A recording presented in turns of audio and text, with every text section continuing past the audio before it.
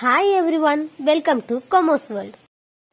Calicut university second semester M Com advanced corporate accounting എന്ന സബ്ജക്റ്റിന്റെ next കൺസെപ്റ്റാണ് നമ്മൾ ഈ വീഡിയോയിൽ ഡിസ്കസ് ചെയ്യാൻ പോകുന്നത്.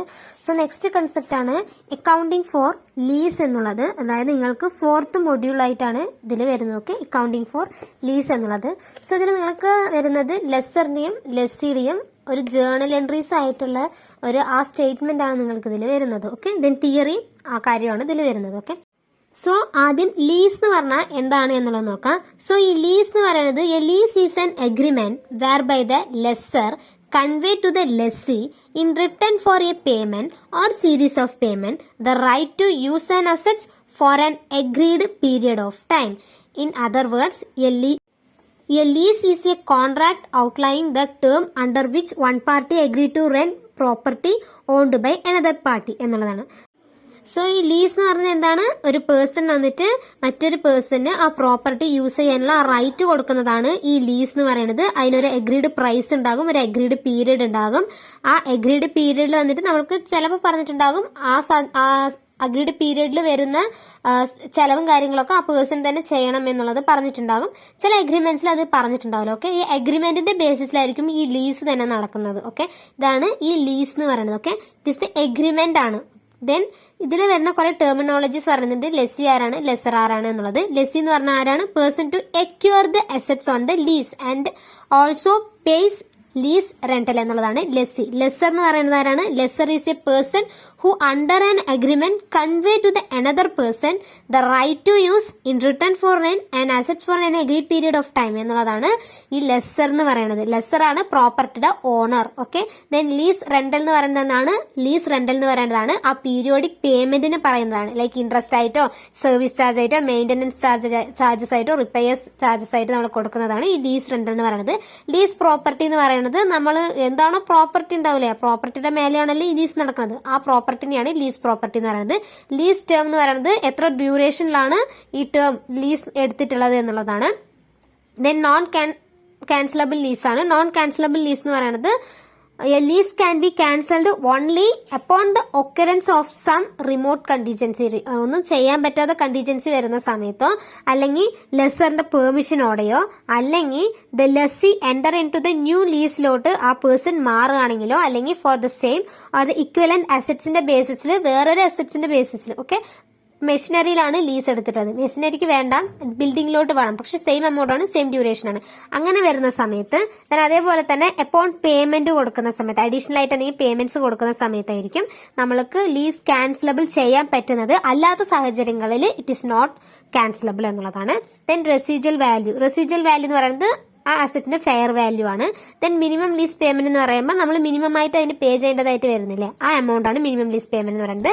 ഗ്യാരണ്ടി എന്ന് പറയുമ്പോൾ ഇപ്പൊ നമ്മൾ ഗ്യാരണ്ടി കൊടുക്കില്ല, ലീസിംഗ് എടുക്കുന്ന സമയത്താണെങ്കിലും ആദ്യം ഗ്യാരണ്ടി എമൗണ്ട് കൊടുക്കണല്ലോ, അതാണ് ഈ ഗ്യാരണ്ടി എന്ന് പറയുന്നത്. ഓക്കെ, ദെൻ അതിനുശേഷം ഇതിൽ വരുന്നത് അൺഗ്യാരണ്ടീഡ് റെസിജ്വൽ വാല്യൂ ആണ്. അൺഗ്യാരണ്ടീഡ് റെസിജ്വൽ വാല്യൂ എന്ന് പറയുമ്പോൾ ഇതൊരു പോർഷൻ ആണ്, അതായത് നമ്മുടെ ലീസ്ഡ് അസറ്റ്സിന്റെ ഒരു പോർഷൻസ് ആണ്, പക്ഷെ അത് ഗ്യാരണ്ടീഡ് അല്ല. ഓക്കെ, ഇപ്പൊ വന്നിട്ട് 10 ലക്ഷം രൂപത്തെ അസറ്റ് ആണ്, 5 ലക്ഷം രൂപയിലോട്ട് നമുക്ക് ലീസിന് തന്നിരിക്കുകയാണ്.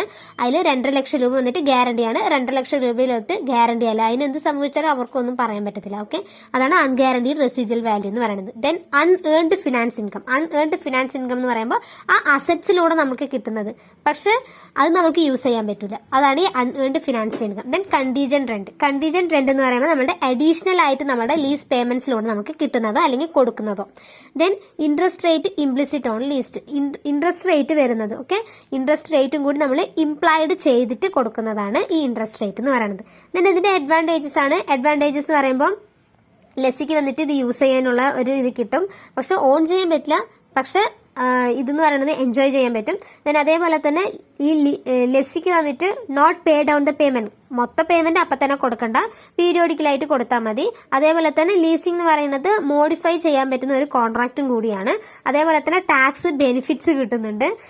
ദെൻ അതേപോലെ തന്നെ ലീസ് പേയ്മെന്റ്സിൽ നമുക്ക് റേറ്റ്സ് വന്നിട്ട് ഫിക്സഡ് ഉണ്ടാകും, വേരിയബിൾ ആയിട്ടുള്ള ലീസ് കാര്യങ്ങളും ഉണ്ടാകും. ഓക്കെ, പിന്നെ അതേപോലെ തന്നെ ഇതെന്ന് പറയുന്നത് ഏത് ലീസ് ടൈപ്പ് വേണം എന്നുള്ളത് തീരുമാനിക്കാനുള്ള ഒരു കാര്യം ഉണ്ടാകും.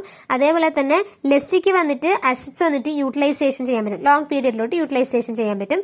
അതേപോലെ തന്നെ ഓൾ ദ ലീസിംഗ് ചാർജസ് എന്ന് പറയുന്നത് റവന്യൂ എക്സ്പെൻഡിച്ചർ ആയിരിക്കും ട്രീറ്റ് ചെയ്യുന്നത്. അപ്പൊ ഇത്രയാണ് അഡ്വാൻറ്റേജസ് എന്ന് പറയുന്നത്.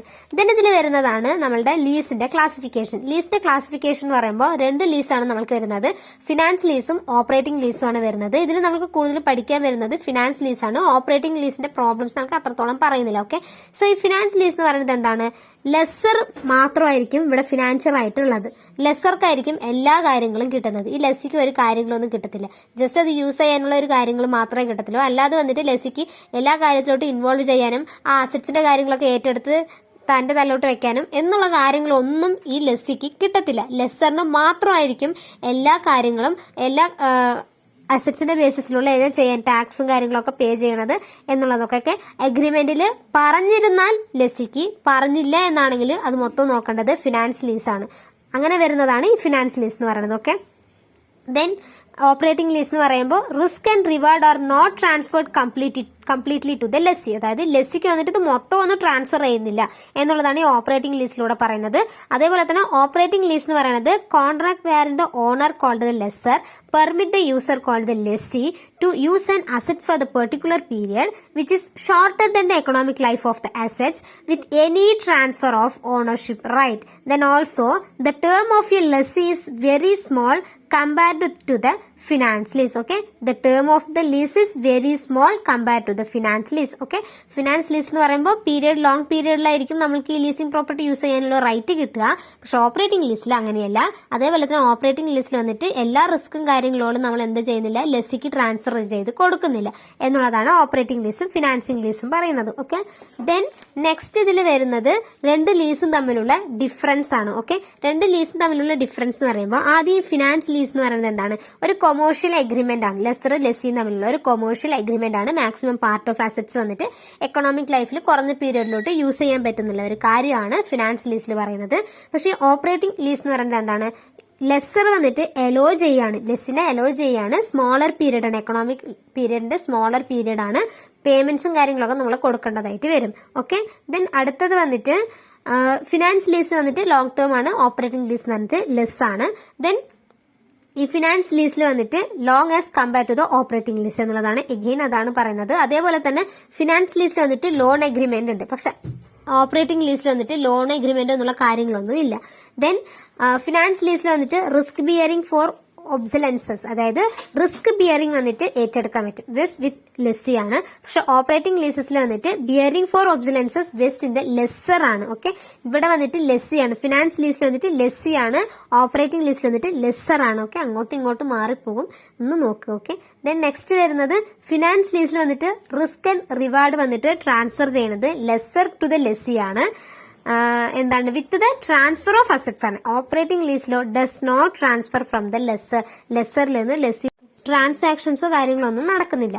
ദെൻ ഫിനാൻസ് ലീസിൽ വന്നിട്ട് നമുക്ക് ക്യാൻസലൈസേഷൻ ചെയ്യാൻ പറ്റും. ലീസിൽ വന്നിട്ട് നമുക്ക് പോസിബിൾ ആയിട്ട് ക്യാൻസലൈസേഷൻ ചെയ്യാൻ പറ്റും. പക്ഷെ ഓപ്പറേറ്റിംഗ് ലീസിൽ ക്യാൻസൽ ഒന്നും ചെയ്യാൻ പറ്റില്ല. എത്രത്തോളം പറഞ്ഞിരിക്കണം അത്രത്തോളം ആ ലീസ് ഏറ്റെടുത്തിരിക്കണം.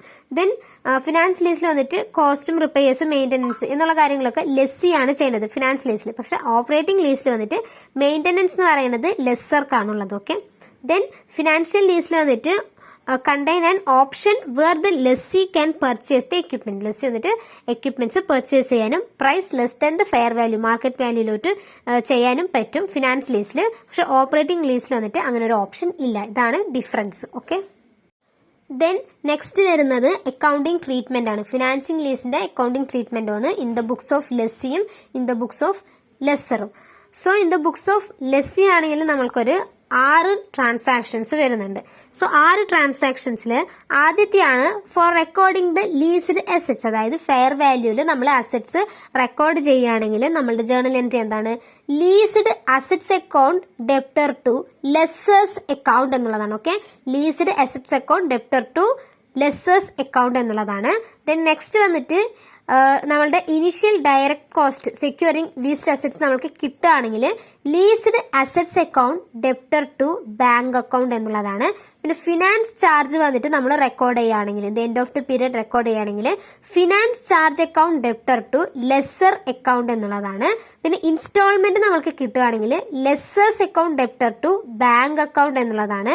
ദെൻ നമ്മളുടെ ഡിപ്രീസിയേഷൻസോ എന്തെങ്കിലും കാര്യങ്ങൾ നമ്മൾ അസറ്റ്സിൽ വരികയാണെങ്കിൽ അപ്പോൾ നമ്മൾ റെക്കോർഡ് ചെയ്യേണ്ടത് depreciation account debtor to leased assets account എന്നുള്ളതാണ്. പിന്നെ വന്നിട്ട് ഈ ഫിനാൻസ് ചാർജ് വന്നിട്ട് നമ്മൾ ട്രാൻസ്ഫർ ചെയ്യുകയാണെങ്കിൽ finance charge and depreciation on leased assets വന്നിട്ട് P&L അക്കൗണ്ടിലോട്ട് നമ്മൾ ട്രാൻസ്ഫർ ചെയ്യുകയാണെങ്കിൽ P&L account debtor to finance charge account to depreciation account എന്നുള്ളതാണ് 6 ജേർണൽ എൻട്രീസ്. ഇതിങ്ങനെ തന്നെ പഠിച്ചു വെക്കുക. ഓക്കെ. ദെൻ നെക്സ്റ്റ് വരുന്നത് ലെസ്സറിന്റെ ബുക്സിൽ വരുന്നതാണ്. ലെസ്സറിന്റെ ബുക്കിൽ വരുമ്പോൾ ആദ്യം നമ്മൾ എന്ത് ചെയ്യും, അസറ്റ് നമ്മൾ റിസീവ് ചെയ്യുന്ന സമയത്ത് lessees account debtor to lease sale എന്നുള്ളതാണ്. Then next initial direct cost വരുന്ന സമയത്ത് lease expenses account debtor to bank account. Then finance charge record ചെയ്യുന്ന സമയത്ത് lessees account debtor to finance charge. Then നമ്മളുടെ periodic lease payments receive ആകുന്ന സമയത്ത് bank account debtor to lease account എന്നുള്ളതാണ് വരുന്നത്. Okay. ഇതാണ് ലെസ്സിയുടെയും ലെസ്സറുടെയും ബുക്കിൽ വരുന്ന ട്രീറ്റ്മെന്റ്സ്. ഇതിങ്ങനെ തന്നെ പഠിച്ചു വെക്കുക. ഓക്കെ. ദെൻ നെക്സ്റ്റ് വരുന്നത് ഓപ്പറേറ്റിംഗ് ലീസിന്റെ അക്കൗണ്ടിങ് ട്രീറ്റ്മെന്റ്സ് ആണ്. ആദ്യം വന്നിട്ട് ഇൻകം ഡ്യൂ ആകുന്ന സമയത്ത് ലെസ്സിന്റെ കയ്യിൽ നിന്ന് ഡ്യൂ ആകുന്ന സമയത്ത് lessee account debtor to lease rental account. Then next rental received from ലെസ്സിന്റെ കയ്യിൽ നിന്ന് കിട്ടുന്ന സമയത്ത് cash account debtor to lease account. Then income credited to statement of profit and loss അക്കൗണ്ടിലോട്ട് ക്രെഡിറ്റ് ആവുന്ന സമയത്ത് lease rental account debtor to P&L account എന്നുള്ളതാണ് lessee in the books of ലെസ്സറിന്റെ വരുന്നത് ട്രീറ്റ്മെന്റ്സ്. ഓക്കെ. ദെൻ ലെസ്സിയുടെ ബുക്കിലോട്ട് വരുന്ന സമയത്ത് ലീസ് റെന്റൽ ഡ്യൂ ആകുന്ന സമയത്ത് lease rental account debtor to lessor account. Then payment കിട്ടുന്ന സമയത്ത് lessor account debtor to cash account. Then lease rental charge to the statement of P&L അക്കൗണ്ടിലോട്ട് ചാർജ് ചെയ്യുന്ന സമയത്ത് P&L account debtor to lease rental account എന്നുള്ളതാണ് ലെസ്സിയുടെ വരുന്നതാണ്. ലെസ്സിയുടെയും ലെസ്സറുടെയും വരുന്നത്. ലെസ്സിയും ലെസ്സറും ഇത് രണ്ടും തമ്മിലുള്ള ഡിഫറൻസ് മാത്രമേ ഉള്ളൂ. ഓക്കെ. സോ ഇതാണ് ഓപ്പറേറ്റിംഗ് ലിസ്റ്റിൽ വരുന്നത്. Thanks for watching.